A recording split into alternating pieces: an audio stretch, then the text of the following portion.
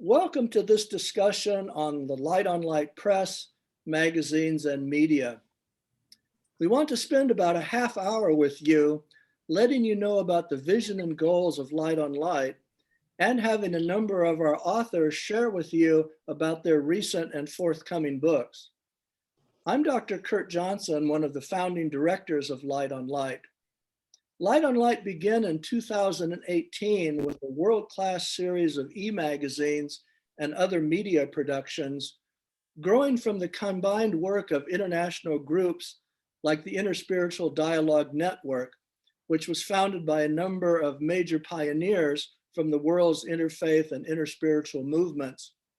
Unity Earth's well-known programs of global events since 2017, and the work of our spiritual practice elements like Light on Kundalini. As we told the story of all of these activities all around the world, suddenly we had birthed a burgeoning and well-known series of popular e-magazines. The Convergence on thought leadership and activism, Light on spiritual practice and inspired lifestyle, and Conscious Business from our diverse work with the Evolutionary Leaders Circle. So by 2020, there was really only one media area we needed to step into, and that was books. So in 2020, we created the Light on Light book imprint with Sacred Stories Publishing.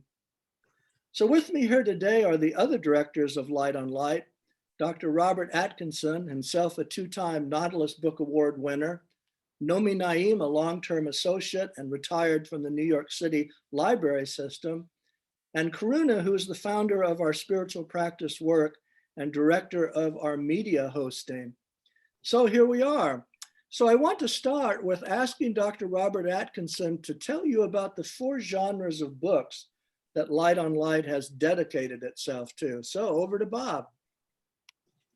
It's a real pleasure to be working with you, Kurt, on this new imprint that is so relevant to the needs of our time.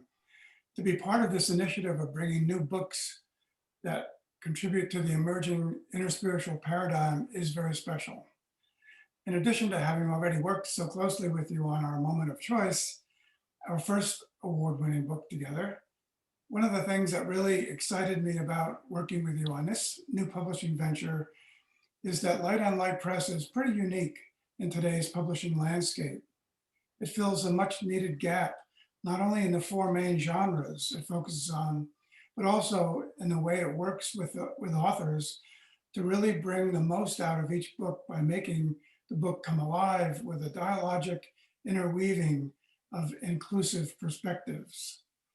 So because Light on Light Press is dedicated to interspirituality, which is the sacred ground upon which all religious and wisdom traditions intersect and share their deeper unity of experiences, we publish contemporary works of both sacred and secular thought leaders whose messages perpetuate and engage spirituality that fully embodies our beliefs, respects our differences, and inspires us to compassionate action. The 4 genres we accept submissions in are, first, interspirituality and the diverse interfaith landscape. Second, world wisdom traditions and works about the world's faith and wisdom traditions, especially new and important movements and initiatives that are built on both intellectual integration and direct experience. Third, a global paradigm shift, which includes writings by sacred and secular thought leaders who have prominence and influence in the current global paradigm landscape, as well as fresh voices that are birthing a more benevolent world and altruistic humanity. And fourth, spiritual practice and inspired lifestyle, which includes content about awakening, self-help, spiritual practice, lifestyle, memoir, spiritual fiction, wisdom, arts, and more that accommodate all human experience, knowledge, and capacities. And just to say a word about how our first couple of books fit these genres, True Light fits perfectly into the second genre, being framed by a new spiritual movement that integrates the world's wisdom traditions and as well being built upon a direct experience of divine light. And it also fits perfectly in the fourth genre with its central spiritual practice facilitating a lifestyle of awakening that accommodates all human experience and expands human capacity. And Global Unitive Healing, our second book, fits so well with the mission of Light on Light Press and into all four genres by embracing the sacred ground upon which all religious and wisdom traditions intersect, illustrating how they are all part of one continuous evolutionary process and addressing directly the global paradigm shift that is unfolding in our time. Also central to this book is how spiritual practice is a critical element of the process of awakening. This is illustrated in the powerful and moving cross-cultural clinical portraits of individuals and couples moving toward wholeness through the personal and collective transformation taking place in the world now. And you'll hear more about these books in just a few minutes. Great, Bob. Thank you so much. So now I want to go over to Nomi Naeem and ask him to talk about why and how he's become a part of Light on Light Press and what he sees as the future of Light on Light in serving these four genres and the whole future of books in influencing a positive direction for all the challenges that our world is facing. So Nomi. Thank you, Kurt, for the opportunity to be part of Light and Light and to share my views. As I look back, I realized that most of my life has been spent in libraries and bookstores in different cultures, first as a visitor and then as a worker. And what I have realized in my work and wanderings the most is that what we call human nature and human condition are often a reflection of the nature of ideas in repeated circulation in any given culture. Familiarity usually becomes the whole truth. Human beings are meaning-making species and will mostly believe what is considered true and good because of being a member of a particular tribe or by the people in power or by personal learning and growth. So not only the ideas in circulation matter, but also their specificity, their availability, and their reinforcement, as ideas can illuminate, transform, or they can displace reality or stifle growth. And when we look at the history of ideas, we also realize that what is considered true and good in one culture or one generation might not be the case in the next because of shifts in knowledge and power and technology. With the current technologies of communication, and not to mention the concentration of wealth and power and mass media ownership in few hands, what is considered expedient to the elites becomes the preferred truth and goodness in any given culture. Clash of civilizations is clash of ideas. And that is where lies the peril, but also the promise of new technologies of communication. That is why first we have to discern which ideas are worth communicating. Ideas that cultivate love, unity, wisdom, and transcendence, or ideas that incite hate, division, fear, and anger. But we live in a world which spends more than 2 trillion on making weapons across nations of the world. Here I'm reminded of President Eisenhower's words. Every gun that is made, every warship launched, every rocket fired signifies in the final sense a theft from those who hunger and are not fed, those who are cold and not clothed. This world in arms is not spending money alone. It is spending the sweat of its laborers, the genius of its scientists, and the hopes of its children. And he also said, if the mothers in every land could teach their children to understand the homes and hopes of every child in the world, the cause of peace in the world would indeed be nobly served. So as I'm contemplating retirement to give meaning and purpose to the rest of my life, I find nothing more worthy than serving light on light and helping spread the interspiritual wisdom of humanity to this and the next generation across cultures. As sages have said, it is better to light one candle than to curse the darkness. The candles are many, but the light is one. Thank you. Oh, Nomi, thank you so much. So as of now, Light on Light has 2 books that we're really proud of, and another one on the way. So we want to have each of those authors speak a bit about their books. And the first book is True Light, Ordinary People on the Extraordinary Path of Sukyo Mahakari, with a foreword by His Holiness the 14th Dalai Lama, an afterword by Dr. Robert Atkinson, and an interfaith interspiritual introduction written by me. Now the author is Dr. Leena Banerjee Brown, with contributions by Dr. Roger L. Beck and commentaries by some 24 experts and adepts. And if you check our Light on Light Press Facebook page and lightonlight.us media page, you'll see that there is a program just about True Light, which you can find out more about there. So Leena, tell us about the book True Light. Thank you, Kurt. My pleasure. My book, True Light, is a book of stories of spiritual experiences of a group of people, including myself, who practice True Light or Sukyo Mahikari, where Sukyo means universal principles, Ma means truth, and Hikari means light, or the practice of the universal principles of true light.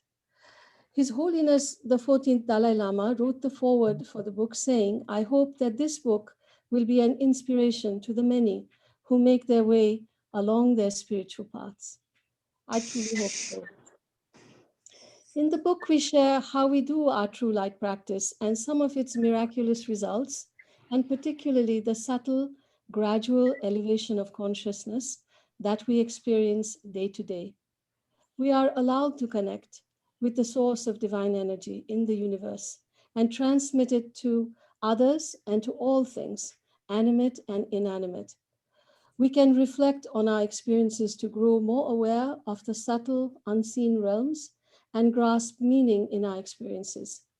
We can also practice universal principles such as deepening gratitude, acceptance, and humility, maintaining purity of the body, care for the environment, cleanliness, orderliness, simple economical living, deepening calmness of the mind, and so on.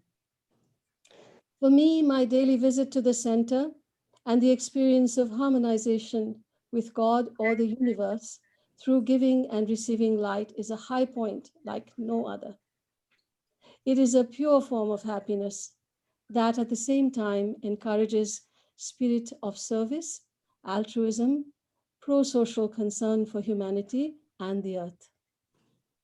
I am happy to say that it is a practice I am allowed to do with my family, friends, and community. As a psychologist, I am particularly excited about our practice and those of all true spiritual paths to contribute to the integration of sacred and spiritual work in all fields through the elevation of the mind and the cultivation of the spiritual eye. I have a small group called Circles, mentioned in the book, in which I pursue this work with colleagues to evolve from mind-based, material-centered consciousness to spirit-centered consciousness of selflessness, interdependence, and cooperative living, especially in our families and communities, which are building blocks of society. In True Light, we touch upon many stories of such evolution in areas ranging from food, farming, and nature to health, education, and intergenerational family. I warmly welcome you to the Sukyo Mahikari Center in Pasadena in the Los Angeles area where I practice, so you can experience receiving true light if you are inspired.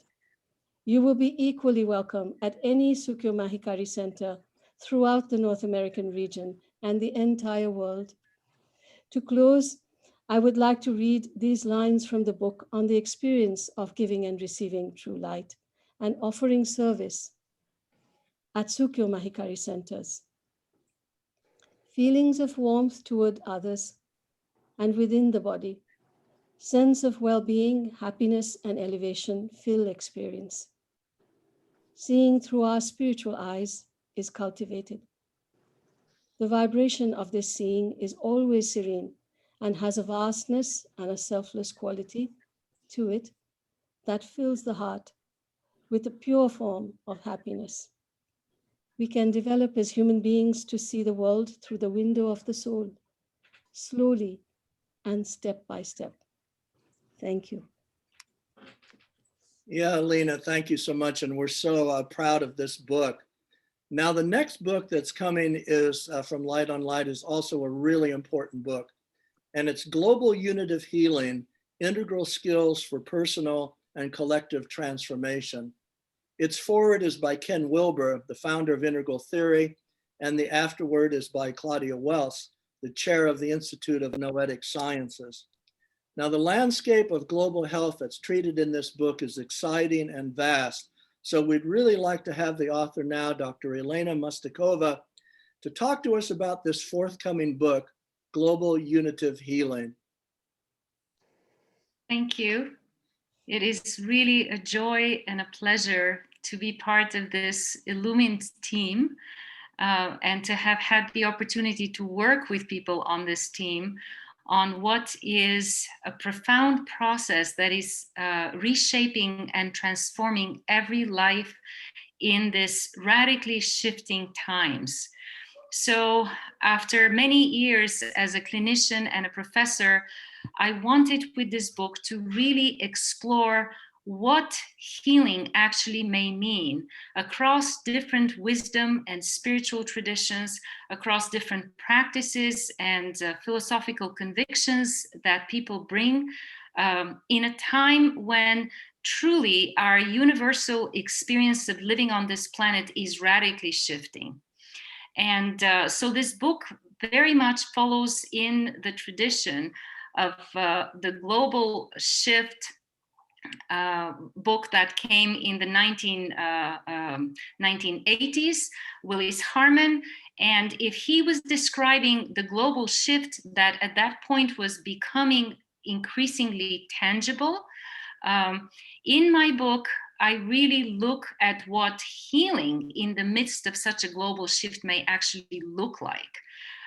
Because it is becoming increasingly clear that healing can no longer be achieved through these different prescriptions on the global marketplace, different individual prescriptions that offer great variety, because they don't answer the question of what is really ailing us and what healing in a global world means. So that's what I wanted to explore with this book.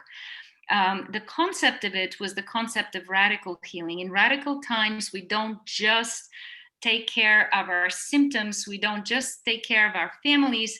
We don't just take care of our circumstances. In radical times, when the world is shifting, we have to understand in a radically different way what is health. And so this book looks at health from a systemic perspective, that health is in fact a systemic phenomenon, and it involves the regeneration of every aspect of a human system. So it looks at what wholeness is from the point of view of ordinary lives as they journey towards what Ken Wilber has described as waking up, growing up, opening up, cleaning up, and showing up. And of course, these different lives show different aspects of this process. But in my approach to global unitive healing, I look at it as a process of 3 parts. The first part really looks at our intra and interpersonal awakening and growing up. And it is interspersed with stories of people from every walk of life and from every part of the world, people from many different spiritual and humanistic backgrounds, people with no particular philosophical commitments. And the common ground of waking up and growing up is profound to appreciate. So I explore what it means to come back to the art of deep listening, to grasp the full range of the gifts of mind, to understand the role of a spacious heart in the full maturation of mind, and ultimately to think of development, of growing up and lifespan development as development with soul. which is a whole different way to think of developmental psychology. And from there on, this is still in the realm of healing, as we know the discipline of healing. In part two, we move towards what constitutes radical healing. And radical healing really involves regenerating every aspect of a human system. And the most fundamental aspect of a human system is how we think and how we speak about reality. So it has to do with the invisible and yet all pervasive power of language. So the second part of the book really looks at the emergence of an evolutionary spiritual language, which allows people to really transform their relationships to themselves, to each other, to reality, how reality is perceived, how it is described, and also our relationship to social reality. So those of you who are familiar with Ken Wilber's integral spirituality will recognize that I'm talking about the four quadrants: the I, the we, the it, and the they. And language really speaks to the it, every aspect of the it. How do we describe it? And so in part two, I look at a not very well familiar phenomenon that really began in the 19th century. And it was a powerful redefining of the language of spirituality. It became the foundation of the contemporary interspiritual language. And it is now known as the Baha'i perspective, or the Baha'i spiritual global movement, or the Baha'i faith. But it really is a universal movement and understanding which redefined every aspect of language and invited people at every level of development to rethink language. And that means everything from friendship, love, family, trust, responsibility, etc., etc. And so this is the second part that I look at, the emergence and the foundation of this universal interspiritual language that we now benefit from, and also its more contemporary developments. And then I ask the question, if healing in this global age cannot be piecemeal, partial, one person, one family at a time, then how does individual healing relate to the healing of society? And so part three explores systemic healing on two levels: on the level of a multicultural society such as the US, with all of the crises that are shaking the US society at this time, and also at the level of the emergent global society and all the questions of governance that global society now faces. And so the book really connects the individual with the systemic, the family with the culture, with multi-generational history, and poses the question, how can we come together in our infinite diversity, both respecting our traditions and bringing forth our respective languages and traditions, and yet recognizing fully our unitary global foundation and working from that place. And so the last part of the book introduces concepts such as the emergence of new collective centers of illumination, and what these centers might look like that actually foster the healing process, both individual, societal, and global. It also looks at the power of consultative processes to heal on the individual level, on the level of family and community, on the level of nations, and beyond that. And also very fundamental to this process is the relationship between science and spirituality, or science and religion. And so the book, from beginning to end, seeks that intersection of scientific and spiritual, scientific and religious, individual and collective, as it tells its stories.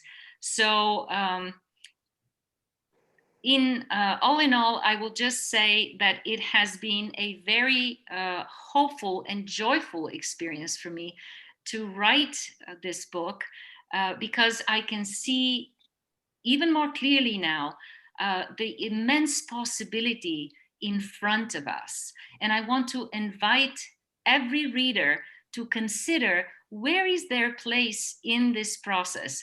The book ends with an appendix of practices, suggested practices, readings for further reflection, questions for reflection, and possible activities and further explorations, so that each individual person from any conviction can really grasp what is ailing us and what can heal us. And the book suggests that at this point in the global shift that we're living, the only kind of healing that can genuinely sustain us and our families is in essence unitive healing, our ability to come together in the fullness of our diversity, fully awake to the spiritual as well as material nature of reality, matured in our world-centric perspective, even as we embrace our particularity, open to every aspect of the human experience, to every facet of human intelligence and what we bring to the table, comfortable and able to clean up our individual and collective histories from the shadows, from the multi-generational traumas, bringing forth that resilience that has helped generations to survive, and really showing up for each other and lifting each other up. That is the nature of global unitive healing. So I welcome the readers to experience it, to find their own place in this fascinating global process. We don't have to be disempowered observers of what is going on. We do not have to be disheartened. There are tremendous possibilities for every one of us ahead. Thank you.